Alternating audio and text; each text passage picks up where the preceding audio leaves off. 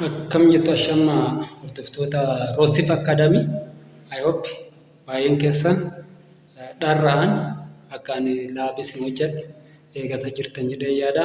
Kutaa garaagaraa keessa kan jiraattan yeroo ammaan tana Roosif Akaadaamii kan dhaggeeffataa jettan karaa sooshaal miidiyaa, karaa teelegiraamii, karaa yuutuubii, karaa instaagiraamii fi feesbuukii Roosif Akaadaamiin wantoota isinii barbaachisu baay'ee isaa isinii dabarsaa jira. Kanaaf hundi keessanuu Roosif Akaadaamii akka barnoota isinii dabarsu yookaan wantoota piraaktikaalii, wantoota qabatamaan hojjetan akka inni isiniif dhiyeessu baay'een keessan halchaan yookaan hawwiin eegataa jirtanii. Kanaaf cufti keessanuu bakka jiraattanutti nageenya waaqayyo isinii baay'atuudha. Haadha laabii kan laallu PHB irratti introduction to PHB kan jedhu tiyoorii isaa laalleerra. Haadha immoo vaarabilii irra ilaalla. Vaarabilii irra waan laalluuf cufti keessanuu amma gara laabiitti. Laabii irratti yeroo laabii hojjennu maal hojjetaa irra isin jedheera. Akkamiin PHP fayyadamna? PHP'n server saayidii koodiidha jechuudha. Server saayidiidha. Kanaafuu iskiriptiin isaan barra baay'een isaanii server saayidii irra raan ta'an waan ta'eef HTML keessatti akkamiin PHP hojjenna? Extensionii isaa maalidha? .php dha jenneerra. Kanaafuu yeroo isa fayyadamtan editeroota qabna. Editeroonni isaanii kasin beektan nootpaadii ta'uu danda'a. Noot plus plus kan jedhamu jira. Nootpad plus plus ni jira. Latest maafi nootpaadii yoo ilaaltan lakkoofsa gadi hin kennu. Mi'a maalaalu baay'ee isaanii editeroota kan fayyadamna jechuudha as keessatti. Nootpad plus plus Atom, Sublime, PHP Storm jedhu jira. Isaan keessaa jijjiirraa itti fayyadamna. Atom kan jedhu kunuuti. Isa kana intarneet irra daawwatu godhaa.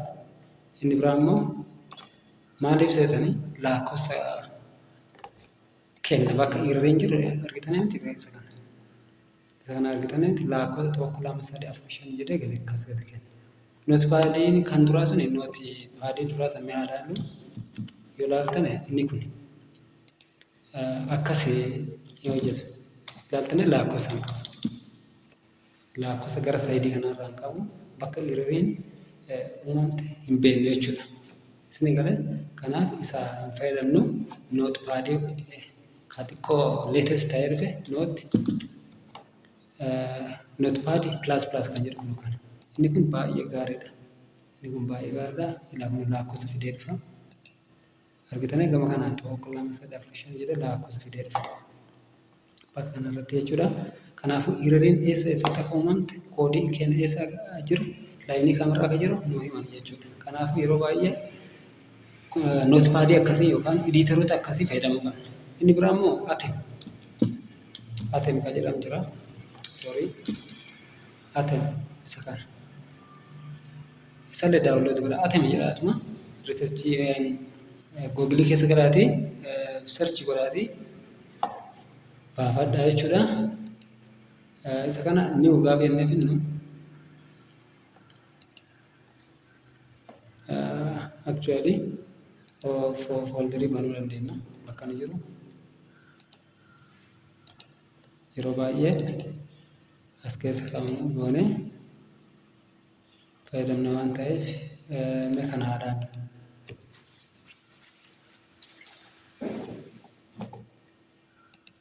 Yes, argitanii isa kana. Gaayidii fayyadu kun hacuutu nama. Weelkaamii laballeessaati. Argitanii inni kan bareedu. Baay'ee bareeda. Lakkoofsa qaba inni lakkoofsa. Atomiin kun. PHP Store kan jedhu jira. Baay'eedha baay'ee. Editeroota baay'ee jira. Isin keessa akkasitti tole fayyadama. Stormiin baay'ee kapaasitii guddaa gaafata. PHP Storm kan jedhu jira. Banaa jira argitanii kompiitarri xiqqoo biizii ta'eera. Sublime kan jedhu jira. Sublime access haa godhuuti eeyyamuufi qaba jechuudha.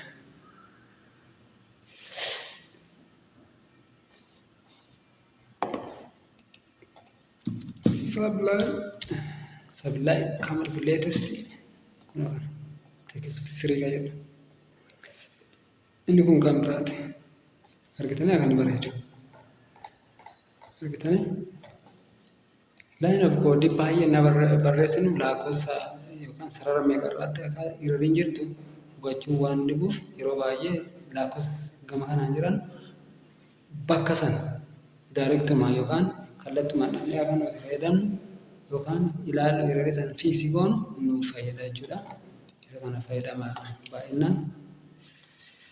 baay'inaan isa kana fayyadama waan ta'eef ammaaf kana fakkaatanii PHP Stormii akkanuma bareedu dhiiru kun koodii duratti ana hojjedheera. Koodii kana fakkaata dhiiru. Ammaaf addeen hin geenye kun koodii duratti hojjedheeru piroojeektii kiyya. Isa kana cufeen ba'a. Kanaaf gara guyyaa addaatti yoo seenne kanaaf editeroonni ammaan isin mul'isa keessa tokko caana yookaan install godha fe'aatii itti fayyadaman hadda immoo PHP baranna. PHP akkamiin fayyadamnu kan jennu jalqaba zaampii caana. Zaampii kun zaampii gaafa jaantan zaampii yookaan waampii jedhama. Yeroo baay'ee zaampii fayyadama maafi asumaan startii fi stooppii waan qabuuf isa fayyadama. Waampiin xiqqoo maanuwaaliidha. Waampii jechuun wiindoo jechuudha. Waampii zaampii extendedidha. Latestidha. Laampii kan jedhu jira. Linuxiif laampiidha. Windoof waampiidha yookaan zaampiidha. Isin egalee isa kana caanaadha. Zaampii qubee walitti deebi'ee ammaan bakka bu'aa Apaachee. Maal bakka bu'aa Apaachee. M MySQLidha. P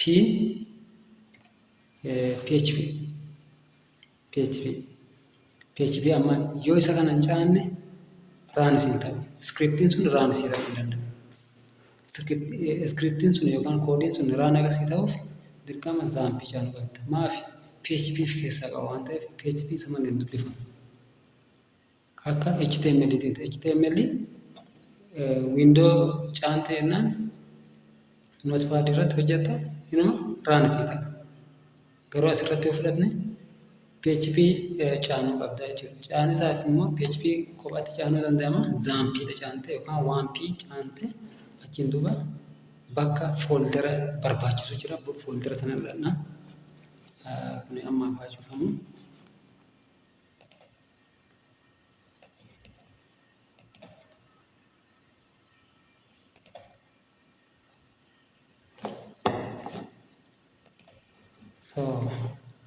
Garaagarummaa as dhufnee eessa lookaal diskii keessa yeroo zaampiin caanamu lookaal diskii keessa dhufa.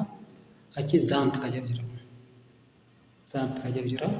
Achi keessa dhaxxanii zaampii keessa hdocs kan jedhu jira. Bakka dookimentii keenya itti hojjennu yookaan bakka piroojeektii keenya itti hojjennu. Akka neetbiiniitii nuti as keessa dhufnee piroojeektii keenya as keessa hojjennaa jechuudha. Isin egalee amma piroojeektii har'a hojjetaa jirru PHP waan ta'eef asirratti PHP variable underscore goonirra kan qabu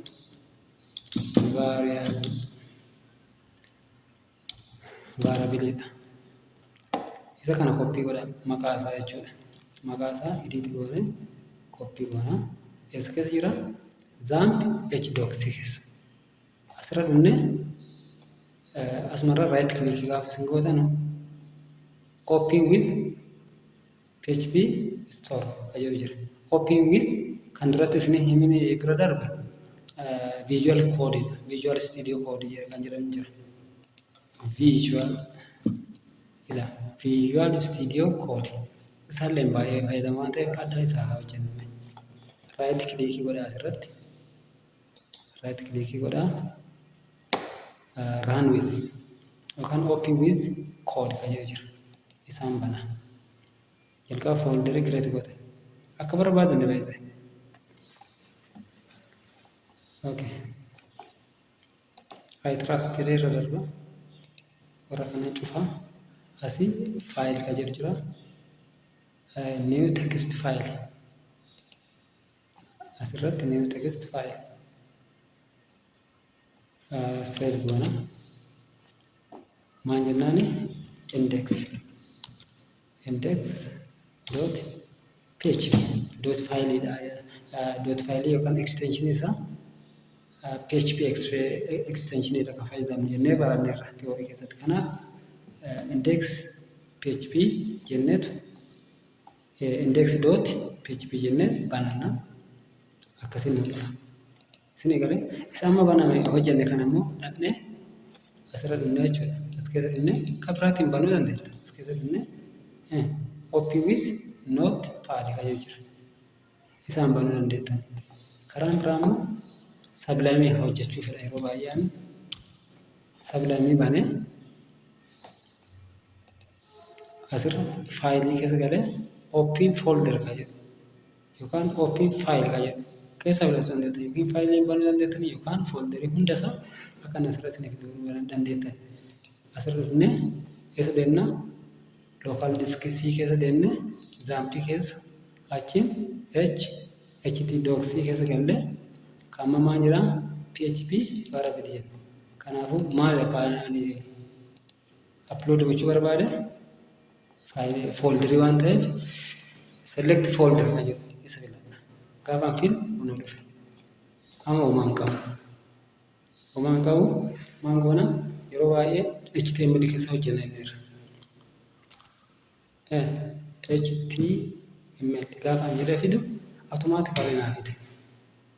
Maali Sublime kanaaf kan jaalladhu Sublime sirriitti akkati wantoota barbaachisoo fi isaa sii galcha. Asirratti doc type HTML akka inni nu dubbisu yookaan akka browser irratti doc type yookaan document type kenna akka nu dubbisu asirratti ofii isaa fida. Ati illee barreessuu dandeetta.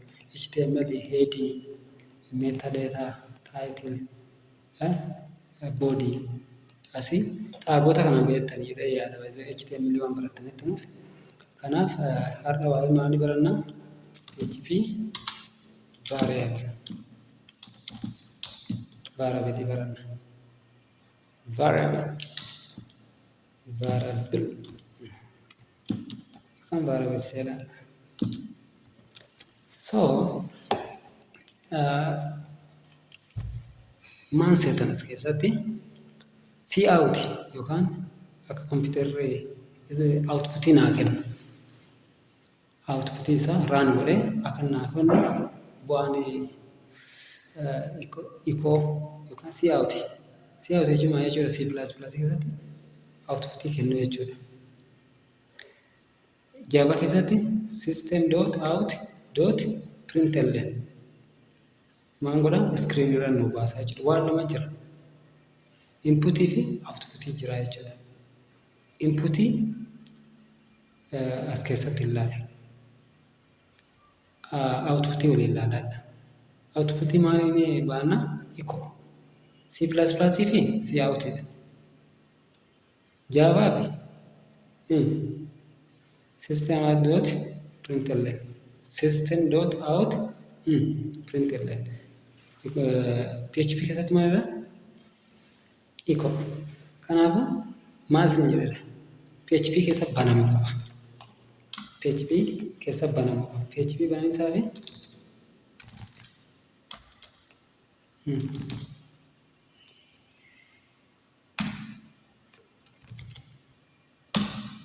maal goona cufuu qabnadha. Akkas cufamaa jechuudha. Isin egalee? All right. Sintaaksiin kiyya PHP dha kun. Sintaaksiin PHP irra deebi'eera. Kanaafuu achirra deebisa. Har'a maal barannaa? Waa'ee ikooti. Ikoo sorry achi hin ga'ine jalqaba boodii kana keessatti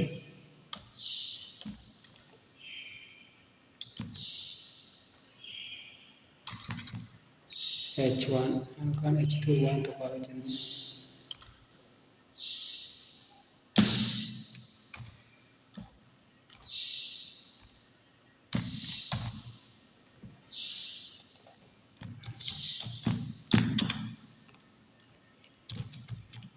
About the variable gaafa jennu outputii keenya isarratti hojjenneerra local jettaniitu PHP variable maal ture about variable nu dhufe garuu inni kun HTML waan ta'eef nu fide HTML ta'ee waan nu fide as keessatti immoo PHP yoo barannu ikoo fayyadamna.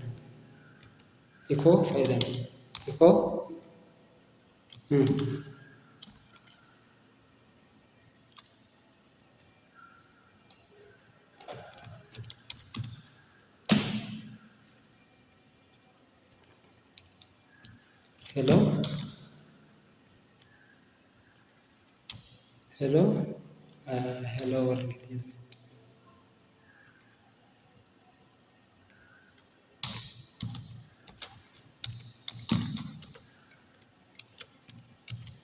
Programming fedhe yeroo baay'ee hello world ni jalqaba miti. Deeffama yoo qubeen tokko jiraate sirreeffadhaas. Kanumarraan jalqaba. Eeshi. Hello world tiin dhufe. Argitanii? PHP keessatti maal hin baannaa? PHP keessa ta'uu maal hin beekna seeta? Right. Kanaaf balleessinne. PHP keessa ta'uu maal hin beekna? PHP keessa barreessanaa jechuudha. Adama asii alatti barreessitanii isinii hojjetu dhiiroo. Hin dhufuu jedhagite. Adii kallarii isaatu adiidha. Kanarra adii. Wantoonni server side ta'an baay'ee isaanii PHP keessatti hojjetamanii kanaafuu akkasitti hojjennaa jechuudha. Ikoon outputii nu fayyaddi. Yookaan akka inni iskiriinirra laalu nu gooti. Isin ifaa dhiyoo. Hadda baay'ee maal barannaa waa'ee variable ilaallenneerra. Variable maalidha? It is what? Container. Wanta akka dooniyaa wanta akka xaasaati. Wanta qabeedha. Qabee waan tokkooti. Isin ifee qabee waan tokkooti. Variable jechuudha. Variable maal nu qabdi? Value nuti itti kennine nu qabdi jechuudha. Fakkeenyaaf variable declare yeroo goon maan goonanneerra yeroo hunda doolaara jedhu. Waa'ee maqaa. Kanaafuu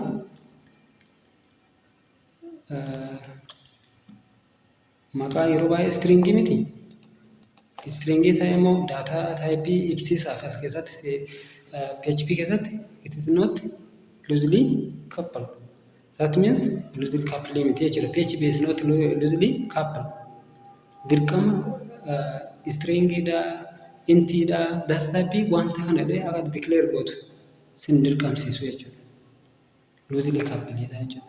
Eessarraa hundaa yeroo ati asirratti neemiin fakkeenyaaf Alex jennu. Alex ta'ee garuu amma outputii naa kennuu danda'a? Haalaa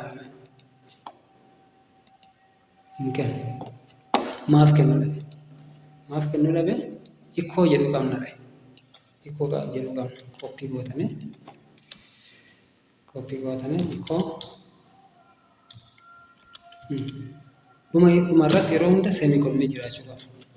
Ikkoo yeroo qaba. Outputii kana naa kennisaa. Isinii galee dhiiroo.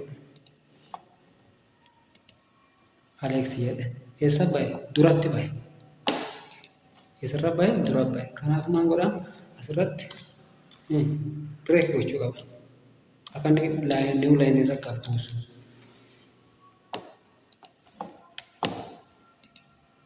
Gabbuusee jechuudha. Ifaa dhiiroo. So bireekii asuma keessa barreessina. HTML eessa keessa barreessina yeroo baay'ee keessa barreessina waan ta'eef HTML as keessallee fayyadamuu hin dandeenya. Garuu akkaataa fayyadama isaa argitanii bireekii jechuun duratti bireekii qofaa wanti fakkeenyaaf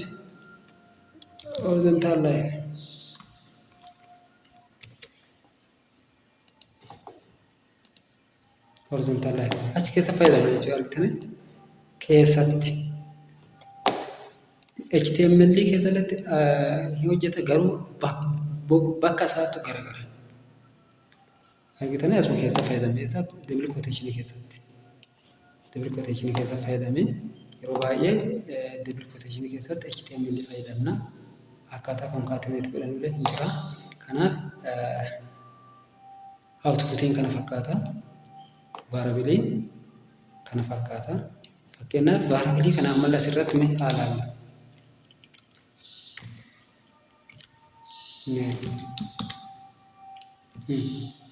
Five. Ilaalla. Waan uumamaa asirraa ilaalaa deemnu irra jira.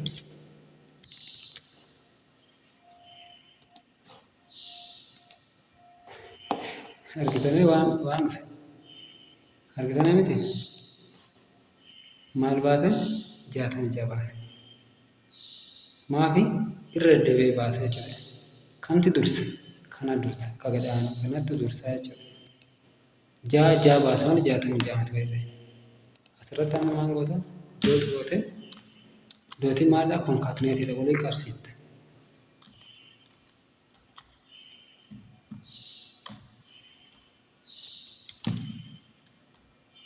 Concatenate jechuun Java keessatti classdha. Asitti immoo dootiidha. Concatenate wal ta'uudha jechuudha. Concatenation. Argitanii gabbu'ee miti. Kanaafuu asirratti argitanii kun maalidha? Integeridha. Inni kun maalidha? Stringidha. Stringii yeroo baay'ee double quotation keessa taa'a. Single quotation keessa taa'uu danda'a. Don't worry for that. Single keessa ta'uu danda'a.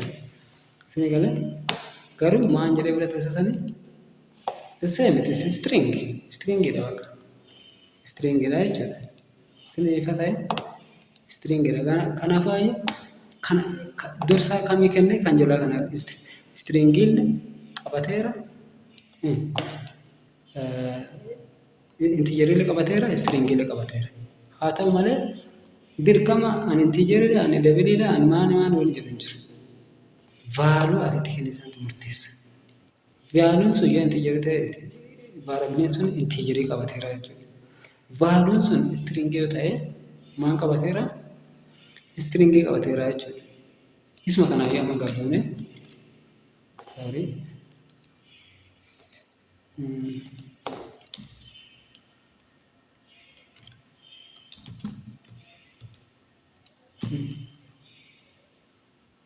6.6.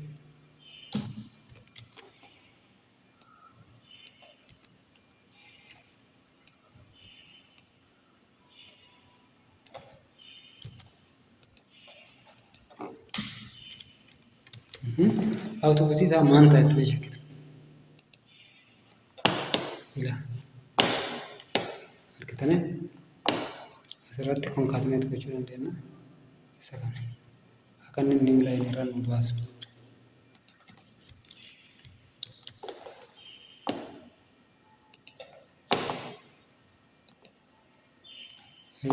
Argitanii dursa kamii kennaa jira? Dhumarra kan ikoo goone jechuudha. Dhumarratti kan ikoo gooneef dursa kennaa jira. Jijjiirama jijjiirame baaluun jijjiirama jira. Debiliin intigeriin kara debiliitti bakka dhumarra kan waamedha. Dhumarra kan waamni sun kanaadha jechuudha. Dhumarra digireera kan gooteen bakka gadhiisaa jechuudha. Wal gadhiisisa. Memory location jira. Memory sun fakkeenya bishaan wayyitiin adda addaatti bishaan keessaa aanaan jissitee yookaan bishaan jissitee aanaan hin jigu ishee bishaan jissitee aanaan itti dabalu jechuudha. Akkasaan godhaa jira. Argitanii qabee isaa wal jijjiirra jira jechuudha. Maal variable maal itis container qabiyyee waan tokko qabeera. Kan dhumarraa inni dhumaa kun kana bakka baasee warra kana bakka baasee ofii isaatti galchaa jechuudha. Akkuma boqqolloo keessa baatee xaafiitti naqxa. Akkuma sana jechuudha. Kanaafuu memory location computer maal godha memory locate godha.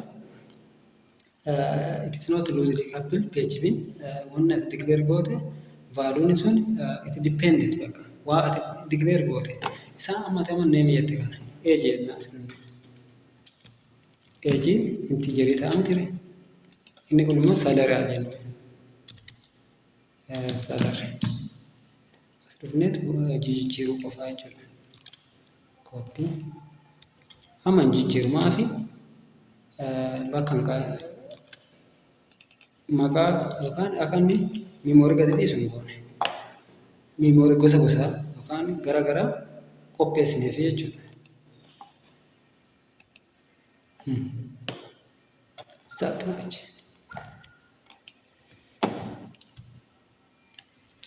Argitaniiti kun Alex hojii isaa ja'a damoo isaa ja'a tuqaa ja'a deebileellee outputii godha jechuudha. Bakka waliin dhiisne kontiinerii gara garaa qopheessine jechuudha. Yookaan qabiyyee bakka gara garaa qopheessine jechuudha. Kana fakkaata haadha waa'ee outputii baranne.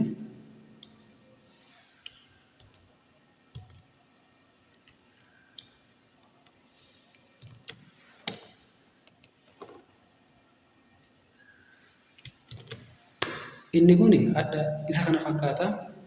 I hope maal akka ta'e variablein isinii galeera qabeedha.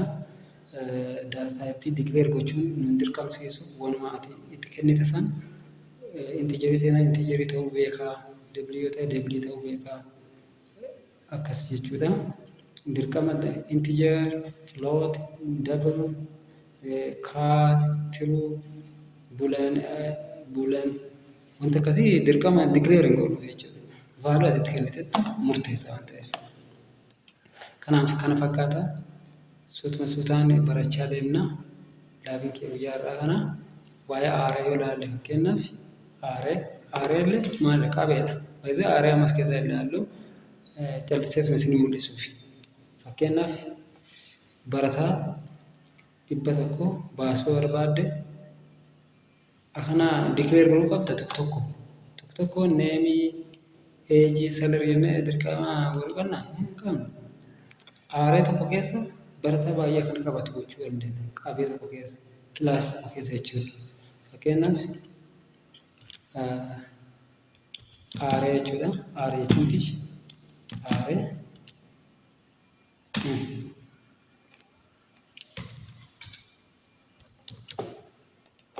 association aareen gosa baay'ee jira.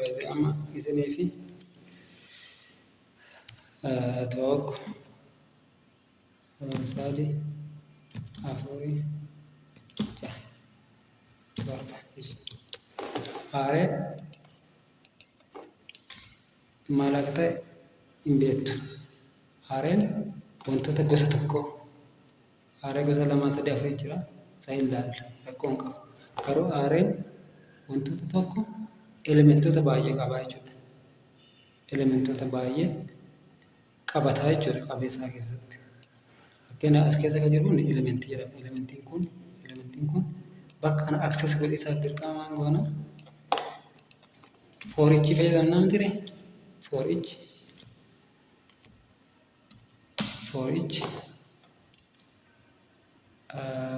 r for each as kun kiidha. Kii kanaa jechuudha bakka kana. Ani amma kii fayyadamaa hin jiru.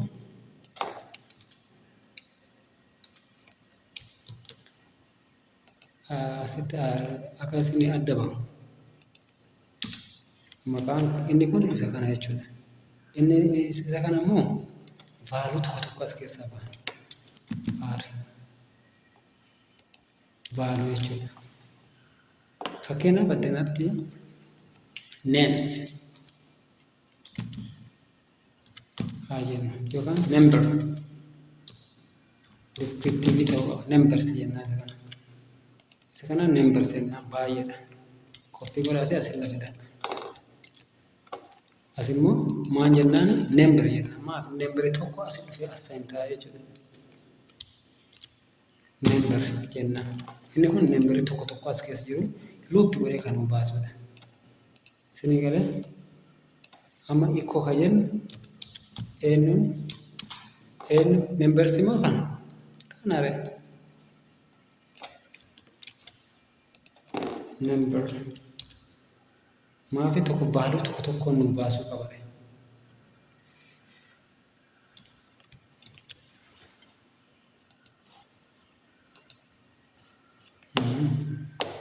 New line irra gabbaasuu hin qabnu isa dhumaa kana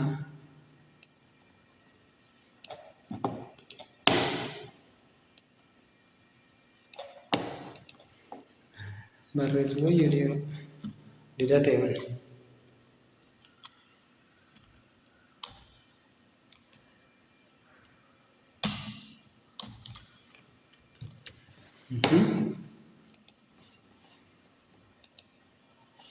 Alright, amma tokko afur baasee miti tokko afur garuu akkas ta'uu hin qabu. Baaseeti hirrii gadi baasuu qaba ishii achi dalgasaa baasuu hin qabu yookaan gargareetii fageessuu dandeenya. Gaappii akka inni horatu godhuu dandeenya. Sorry, unexpected. Easy ga concatenation adana barbaachisa. Ya. Tokko afur shan ja'a torba baasa. Baaluu tokko tokko achi keessa jiru elementoota achi keessa jiru naa baasaa jechuudha. Yoo barbaadan immoo isin asitti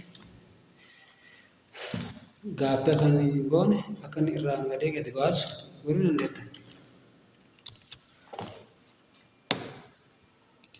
For loopii waan ta'eef tokko afur shan ja'a torba akkas baasa gadi.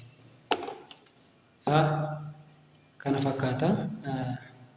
I hope kun waan salphaa miti beezikiidha. Akkaataa outputii isaa ilaalaa jirra. Amma outputii ikkoodhaa hojjennas ni jenna. Akkasii miti outputii ikkoon hojjenna. Kanaaf suuta barataa deemanii akkamiin foormii hojjennee foormii irraa kan fudhatu tokko tokko waliin ilaalla. Kun paartii tokkoffaadha.